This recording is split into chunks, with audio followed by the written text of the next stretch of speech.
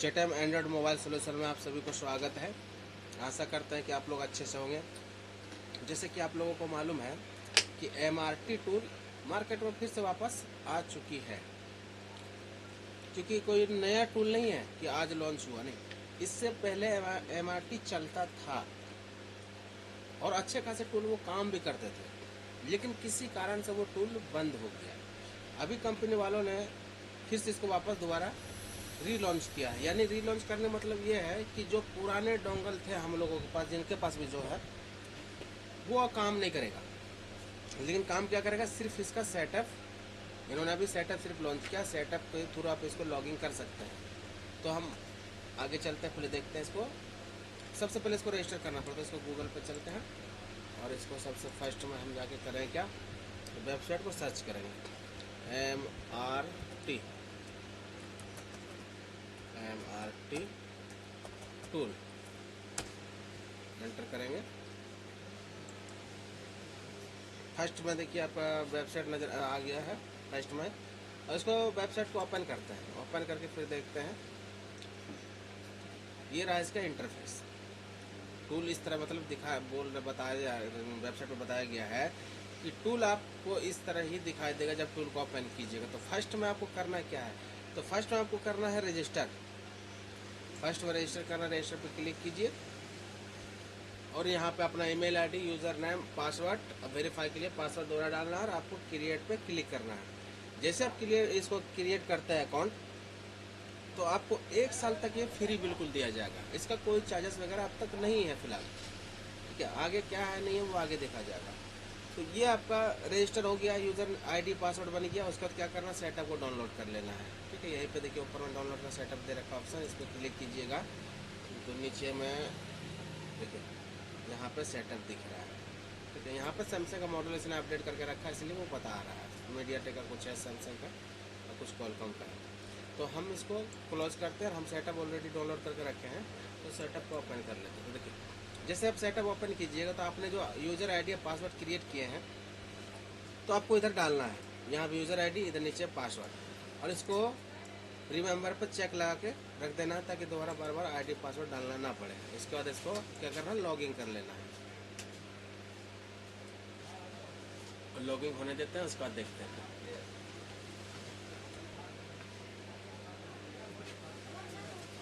Logging हो गया तो देखिए लॉगिंग होते ही जिस तरह आपने वेबसाइट के ऊपर देखा था इसका इंटरफेस, उसी तरह देखिए यहाँ पे इंटरफेस दिख रहा है।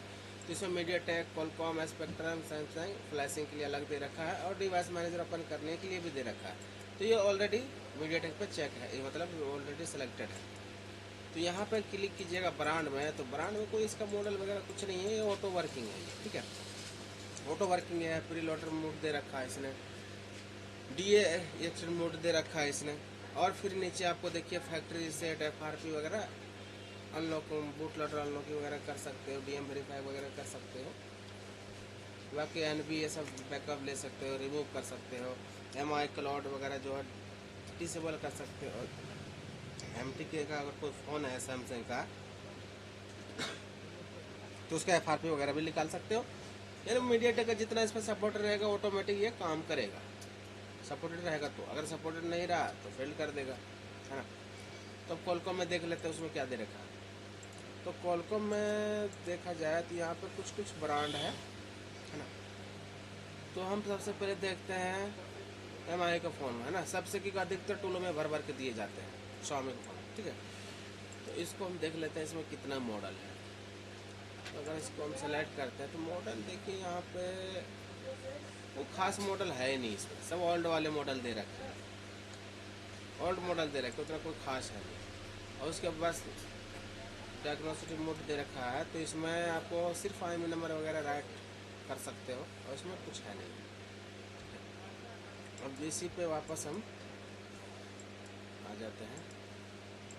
जैसे आ जाता है फिर दूसरे ब्रांड में देखते हैं। दूसरे ब्रांड में वीवो का देखते हैं, तो वीवो का भी ज़्यादा मार्केट में चल रहा है वीवो का फ़ोन। देखो IQ के बहुत सारे मॉडल दे रखा है इसमें, वीवो का बहुत सारे मॉडल है इसमें, न्यू ओल्ड सब मिक्स करके दे रखा है, लेकिन बहुत है।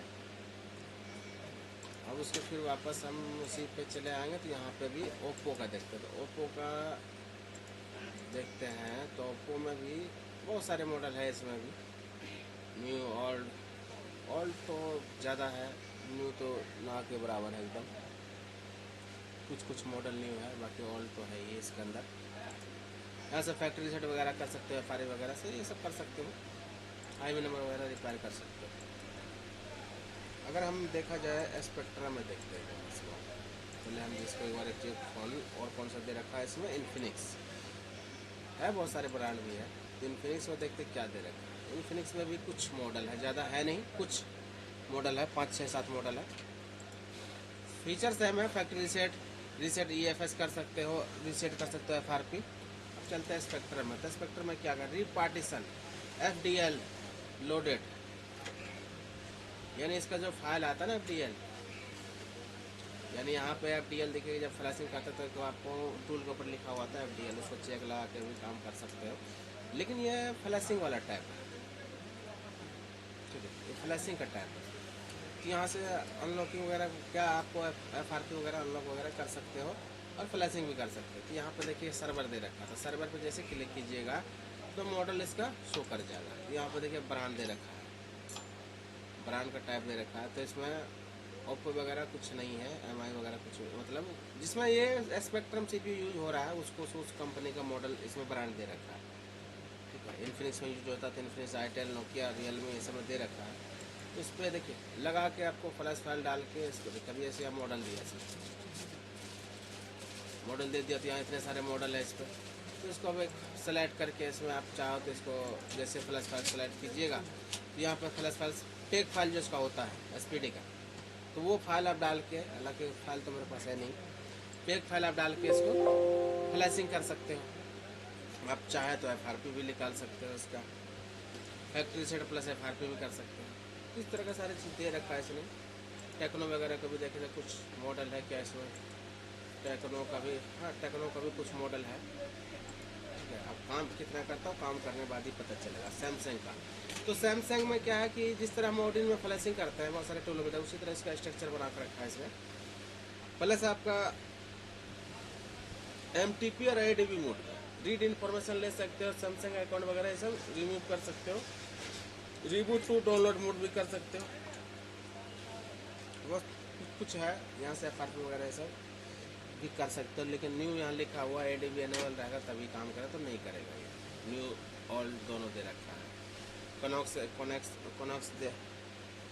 दे रखा है, यानी वो MDM वाला फ़ोन के लिए हो, वो सब भी पता नहीं सपोर्ट है या नहीं है, वो काम करने बाद ही पता चलेगा। आप लोग कीजिए, उसके बाद रिप्लाई भी दीजिएगा। तो फ्लैशिंग का टैब है, तो फ्लैशिंग में क्या है ये, तो फ्लैशिंग में दे रखा है आपका MTK, रीपार्टीशन पर भी चेक लगा फ्लैशिंग कर सकते हो, ऑल फॉर्मेट कर सकते हो, स्कैटर फाइल सेलेक्ट करके या नीचे सेलेक्ट कर सकते हो। अगर एक्स्ट्रा प्रीलोडर देना चाहते हो, ये MI प्रीलोडर वो भी आप दे सकते हो, ठीक है। रीड GPT कर सकते हो, उसका नीचे दे रखा है, साइड उसका जस्ट में दे रखा है प्लस बटन। ये किसका, मीडियाटेक का, ये रहा कॉलकॉम का। तो कॉलकॉम में क्या है कि देखिए यहाँ पे सर्वर दे रखा है, सर्वर पर क्लिक कीजिए और इधर ब्रांड दे रखा है इसमें। ब्रांड पर जैसे क्लिक कीजिए तो यहाँ देखिए इसका मॉडल आएगा कुछ, यानी कि सर्वर से कनेक्ट है, सर्वर पर ही काम कर रहा है, लेकिन ओल्ड मॉडल है इसमें। जिस ऊपर में दिखा था मैंने उसी तरह यहाँ पे ओप्पो में भी देखिए कुछ मॉडल, यहाँ पे बहुत सारे मॉडल है। तो रीड वगैरह फ्लैशिंग वगैरह कर सकते हो, GPT रीड कर सकते हो, फ्लैशिंग कर सकते हो। और यहाँ पर जस्ट MMC UFS दे रखा है, ठीक है। अगर UFS का फ़ोन रहेगा तो ऑटोमेटिक वो सेलेक्ट हो जाएगा, UFS वाला UFS टाइप सेलेक्ट हो जाएगा ऑटोमेटिक। जैसे कि कोई मॉडल है क्या, जैसे फाइल वगैरह लोड कीजिए तो ऑटोमेटिक वो सेलेक्ट हो जाएगा, UFS MMC जो भी रहेगा सेलेक्ट हो जाएगा। और इसमें कुछ है नहीं, यहाँ डिवाइस मैनेजर एक है, बस जैसे इस पर क्लिक कीजिए देखिए आपका डिवाइस मैनेजर ओपन हो जाएगा।